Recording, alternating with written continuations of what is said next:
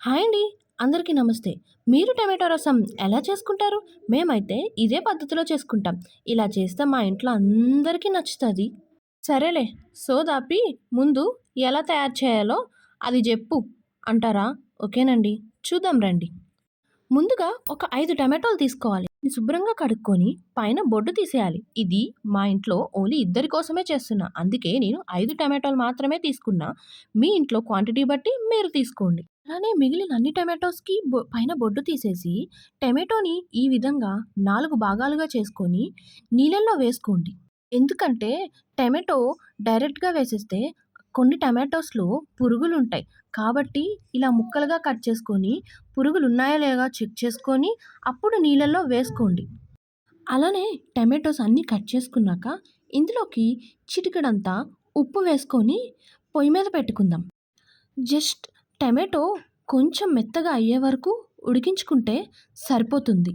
ఉడికిన వాటిని కొంతసేపు పక్కకు పెట్టుకోండి.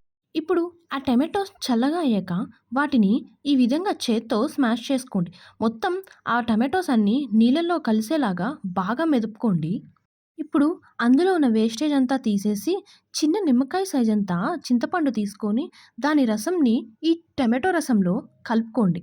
పులుపెక్కువ తినని వాళ్ళు చింతపండు రసం తగ్గించుకోండి. ఆల్రెడీ టమాటోస్ పుల్లగానే ఉంటాయి. ఇప్పుడు ఇందులోకి చిటికెడంత పసుపేసుకొని పక్కకు పెట్టుకోండి. తాలింపు కోసం 4 పచ్చిమిర్చి, ఒక ఉల్లిపాయ, ఒక రెమ్మ కరివేపాకు, 4 ఎల్లిపాయలు, 5 ఎండుమిర్చి తీసుకోండి. ముందుగా స్టవ్ ఆన్ చేసుకొని ఒక చిన్నపాటి కళాయి పెట్టుకోండి. కళాయి ఏంటలా ఉందని తిట్టుకోకండి. కళాయి వేడెక్కాక అందులోకి కొంచెం ఆయిల్ వేసుకోండి. ఆయిల్ మరిగాక అందులోకి ఒక స్పూన్ ఆవాలు, ఒక స్పూన్ జీలకర్ర, పచ్చగా దంచుకున్న 4 వెల్లుల్లిపాయలు. వెల్లుల్లిపాయలు కొంచెం కలర్ చేంజ్ అయ్యే వరకు వేపుకోండి. ఇప్పుడు పొడుగ్గా కట్ చేసుకున్న 4 పచ్చిమిరపకాయలు వేసుకోండి. అవి కొంచెం ఫ్రై అయ్యే వరకు వేపుకోండి. ఇప్పుడు సన్నగా కట్ చేసుకున్న ఒక ఉల్లిపాయ కూడా వేసుకొని దాన్ని కూడా కలర్ చేంజ్ అయ్యే వరకు వేపుకోండి. ఉల్లిపాయలు కొంచెం కలర్ చేంజ్ అయ్యాక అందులోకి 4 ఎండుమిర్చి ఇలా తుంచుకొని వేసుకోండి. అలానే ఒక రెమ్మ కరివేపాకు కూడా వేసుకొని బాగా ఫ్రై చేసుకోండి.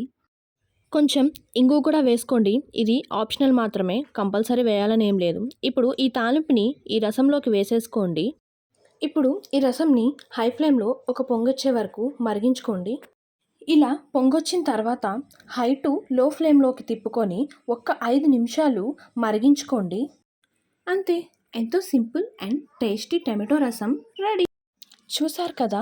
మీకు ఈ రెసిపీ నచ్చినట్లయితే సబ్స్క్రైబ్ చేసుకోండి. మీరు ఎలా చేస్తారో కింద కామెంట్ చేయండి.